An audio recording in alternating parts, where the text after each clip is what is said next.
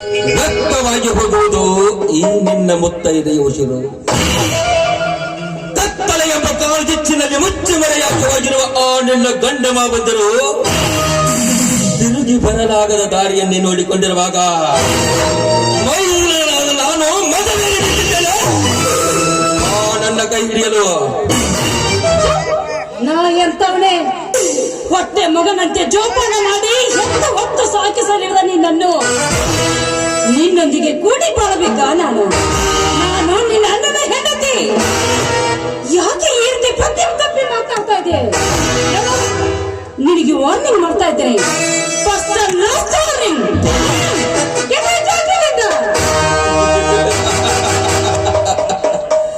Wonderful ಸುಳಿತ, wonderful. ತುಂಬಾ ಚೆನ್ನಾಗಿದೆ ಈ ನಿನ್ನ ನುಡಿ ಮುತ್ತುಗಳು. ತಿಪ್ಪೆಯಲ್ಲಿ ಬೆಳೆದ ಯಾವನು ಒಬ್ಬ ಬೆಪ್ಪ, ನಮ್ಮನ್ನು ಗುಡಿ ಬೆಳೆದವನು ನನ್ನ ಗಂಡನೇ. ಚಚೆ, ಅವನನ್ನು ಮರೆತು ಬೆರೆತು ಬಿಡುವ ನನ್ನೊಂದಿಗೆ. ಬಾಯಿ ಮುಚ್ಚೋ ರಾಕ್ಷಸ. ನೋಡು, ಅವನ ಹಾದರದ ಕೂಸಂದರೇನು, ಬೀದಿಯಲ್ಲಿ ಜನಿಸಿದವನಾದರೇನು, ನನ್ನ ಕೊನೆಗೆ ಮಾಂಗಲ್ಯ ಕಟ್ಟಿದ ಪತಿದೇವರು ಅವರು. ಅಂತ ಪತಿದೇವರನ್ನು ಬಿಟ್ಟು ನನ್ನೊಂದಿಗೆ ಸಂಸಾರಕ್ಕೆ ಬಾಂಧ ಹೋಗ್ತಾ ಇದೆಯಲ್ಲ, ನೀನಂತ ನಾಯಕನೋ ನೀನು? ಶಶಿ, ನೀನು ಗಂಡಸಲ್ಲ, ನೀನೊಬ್ಬ ನರ ಸತ್ತ ಚೆಂಡ. ನೀನು ದಂಶಪೇರುಂಡನಾಗಿ ಇಡೀ ಪ್ರಪಂಚವನ್ನೇ ಪ್ರಳಯ ಮಾಡ ಈ ಪರಾಕ್ರಮಶಾಲಿಗೆ ಸಂಗನಂತ ಬರೆದುಕೊಟ್ಟೆಯಾ? ನೀನು 10 ವರ್ಷದಿಂದಲೂ ನಿನ್ನನ್ನು ಮುತ್ತು ಮಾಡಿ ನಿನ್ನ ಜೊತೆ ಬಾಳಬೇಕೆಂಬ ಆಸೆ ಹೊತ್ತವನ ಸಂಗಾತಿಯಾಗುವ ಸಾಕ್ಷಾತ್ ಶಂಕರನ ಸತಿ ನಿನ್ನ ಸತಿ ಆಗಬೇಕೆ? ನಿನ್ನ ಹೆತ್ತ ತಾಯಿ ತೀರಿಕೊಂಡು ಸತ್ತು ಹೋದಾಗ ನಾನು ಹಿರೇ ಮಾವನ ಆಶ್ರಯದಲ್ಲಿ ಸಾಕಿ ಸಲವಿ ಮಾವನವರು ಜೋಪಾನ ಮಾಡಿದರು, ಜೋಪಾನ ಮಾಡಿದರು. ಆದರೆ ಆ ನಿನ್ನ ಹೆತ್ತ ತಾಯಿ ನಿನ್ನನ್ನು ಕೈ ಬಿಟ್ಟು ಸತ್ತು ಹೋದಾಗ ನಿನಗೆ ಕೈ ತತ್ತಿಟ್ಟು ಸಾಕಿ ಸಲವಿ ಜೋಪಾನ ಮಾಡಿದ ಈ ನಿನ್ನ ಅತ್ತಿಗೆ ನಿನಗೆ ಮೈಸುಗ ಕೊಡಬೇಕಾ? ಏನ್ ಮಾತಾಡ್ತಾ ಇದೆ ನೀನು? ಅತ್ತಿಗೆ ಮೇಲೆ ಕಣ್ಣು ಹಾಕುತ್ತಿರುವ ನೀನು ಮನುಷ್ಯನಲ್ಲ, ನೀನೊಬ್ಬ ತಾಯಿ ಗಂಡನೋ ನೀನು.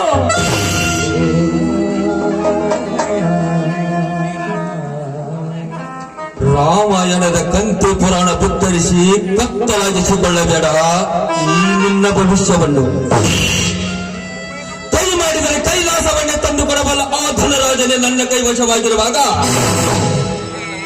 ಹಣದ ರಾಶಿಯನ್ನೇ ನಿನ್ನ ಮುಡಿಗೇರಿಸಬಲ್ಲ ಈ ಶಶಿ ಕೈ ಮಾಡಿದರೆ ಕೈಲಾಸವನ್ನ ತಂದು ಕೊಡಬಲ್ಲ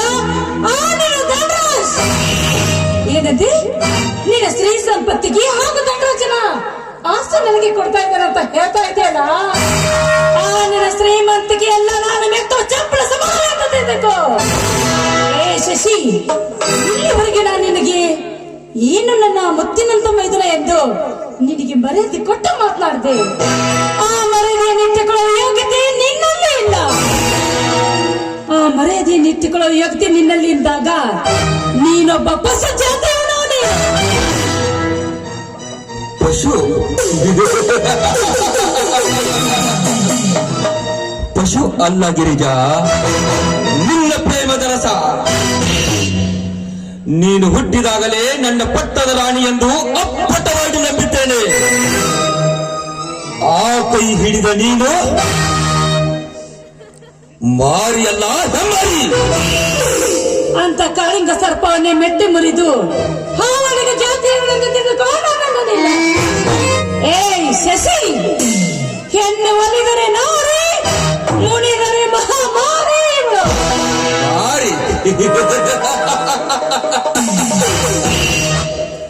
ಎಲೆ ಹೆಮ್ಮಾರಿ, ನೀನು ಹುಟ್ಟಿದಾಗಲೇ ನನ್ನ ಪಟ್ಟದ ರಾಣಿ ಎಂದು ಅಪ್ಪಟವಾಗಿ ನಂಬಿದ್ದೇನೆ.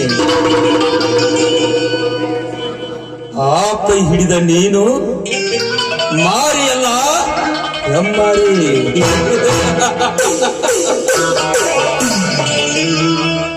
ಪ್ರತಿ ನಿಮಿಷಕ್ಕೂ ಹೆಣ್ಣಿನಗೆ ಈ ರೀತಿ ಚುಚ್ಚಿ ಚುಚ್ಚಿ ಮಾತನಾಡ್ತಾ ಇದೆಯಲ್ಲ, ನೀನೆಂತ ಹೊಸ ಜಾತವನ ನೀನು. ಸಾಕು ಮಾಡು ಆ ನಿನ್ನ ಹಿರಿಯಣ್ಣನ ಹಿರಿಮೆಯನ್ನು. ಅವನೊಬ್ಬ ಕಲಿಗಾರ. ಅವನ ಮಾತು ಕೇಳುತ್ತಾ ಬಂದಿದ್ದರಲ್ಲೇ ಇಂದು ನನ್ನ ಬಾಳು ನಾದವಿಲ್ಲದ ತಂಬೂರಿ ಅಂತಾಗಿದೆ. ಬಾ ಗಿರಿಜಾ ಬಾ, ಹಕ್ಕಿಯಾಗಿ ಹಾರಾಡಲು. ನಿಮಗಾಗಿ ತನ್ನ ಜೀವನವನ್ನೇ ಗಂಧದ ಕುರುಡೆಯಂತೆ ತೆಕ್ಕಿಸಿಕೊಂಡು ಸಲ್ಲಾಗುತ್ತಿರುವ ನನ್ನ ಮಾವನಿಗೆ ನಿಮ್ಮನ್ನೆಲ್ಲ ಜೋಪಾನ ಮಾಡಿದಾಗ ಈಗ ಅಣ್ಣನಿಗೆ ತಿರುಗಿ ಬಿಟ್ಟು ಮಾತಾಡ್ತಾ ಇದ್ದಾರಲ್ಲ, ನೀವೆಂತವರು ನೀವಂತ. ಛೇ, ನಿಮ್ಮನ್ನು ನನ್ನ ಮೈದನಂತೆ ಹೇಳಿಕೊಳ್ಳೋದಕ್ಕೆ ನನಗೆ ನಾಚಿಕೆ ಆಗ್ತಾ ಇದೆ. ಮಾತಿನಲ್ಲಿ ದುಷ್ಟ ಧರ್ಮಗಳು ಎಣ್ಣೆ ಮುಗಿಯಿತು ನಿನ್ನ ಸೀಲದ ಕತೆ.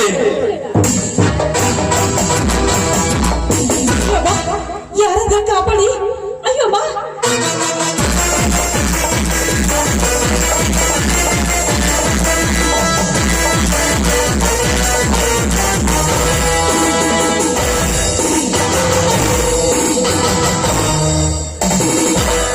ಹೆತ್ತ ತಾಯಿ ಅಂತಿರುವ ಅತ್ತೆ ಮೇಲೆ ಕೈ ಮಾಡ್ತೀಯಲ್ಲೇ ಸೈತು ಆಚೆ. ನನ್ನ ವಿಷಯದಲ್ಲಿ ಸವತ್ತಾಗಿ ಮಾತನಾಡುವ ನೀನಾಗಲೇ ಪವಿತ್ರ ಹಾಲಿನಲ್ಲಿ ಹುಳಿಯಿಂದಲೂ ಮುಂದಾಗಿ ಧರ್ಮದ ದಾರಿ ತಪ್ಪಿಸಲು ಹೊರಟವರ ಲಿಂಗ ತೆಗೆಯಲು ಬಂದ ನಾನಿವಳ ಗಂಡ. ನಿನ್ನಂತ ಕರ್ಮ ಚಾಂದಾಲನ ಬಿಸಿ ರಕ್ತ ಕುಡಿಯುವ ಪ್ರಚಂಡ. ಪ್ರಚಂಡ ಲೇ ಬಂಡ, ನಮಗೆಲ್ಲ ಅಣ್ಣ ತಮ್ಮಂದಿರೆಂಬ ಮಮತೆಯ ಮುಸುಕು ಹಾಕಿ ತಿಳಿಗೇಡಿ ಹಿರಿಯಣ್ಣನ ತಲೆಯಲ್ಲಿ ವಿಷೇದ ಬೀಜ ಬಿತ್ತಿ ನಮ್ಮನ್ನೆಲ್ಲ ನಾಪತ್ತೆ ಮಾಡಲು ಹೊರಟ ನಮ್ಮ ಮನೆ ಸೇರಿರುವ ನೀನಾವ ಬಂಡನಲೆ. ನಿಮ್ಮ ಹೇಳಿಕೆಯಂತೆ ಆ ಧರ್ಮರಾಜನೊಬ್ಬ ನಮ್ಮ ಇಡೀ ಸಂಸಾರವನ್ನೇ ಮಣ್ಣು ಪಾಲಾಗಿಸಿದ ಅವನೊಬ್ಬ ಬಂಡ. ಅವನ ಮಾತಿನಂತೆ ನೀನು ನಡೆಯುವ ನೀನು ಒಬ್ಬ ಬಂಡನೆ. ಶಶಿ, ದೇವರಂತಿರುವ ನನ್ನ ಹಿರಿಯಣ್ಣನನ್ನು ನಿಂದಿಸಬೇಡಲೋ. ಚಿಕ್ಕವರಿದ್ದಾಗ ತುತ್ತು ಕೊಟ್ಟು ಮುತ್ತು ಕೊಟ್ಟು ಸಾಕಿದ ನನ್ನ ಧರ್ಮವಂತನ ನಿಂದಿಸಿದರೆ ಕಡಿದು ಹಾಕುವೆ ನಿನ್ನ ನಾಲಿಗೆಯನ್ನು. ಸುಮ್ಮನೆ ನನ್ನ ತಮ್ಮನೆಂದು ಬಿಡ್ತಾ ಇದ್ದೀನಿ. ಹೊರಟು ಹೋಗು. ಇಲ್ಲದಿದ್ದರೆ ನಿನ್ನ ನಾಲಿಗೆಯನ್ನು ಕಡಿದು ಹಾಕಬೇಕಾಗುತ್ತದೆ. ಏ ಹುಚ್ಚ, ಅಣ್ಣ ತಮ್ಮಂದಿರೆಂಬ ಪ್ರೀತಿಯ ಒಡಲೆ ಸುಟ್ಟು ಹೋಗಿರುವಾಗ ಯಾರಿಗೂ ನೀನು ತಮ್ಮ ಅಂತ ಕರೀತಿ? ಇದಂತೂ ಸಲ ಬಿಡ್ತೀನಿ, ಇನ್ನೊಂದು ಸಲ ಕೈ ತಗೊಂಡೇ ತರತೀನಿ.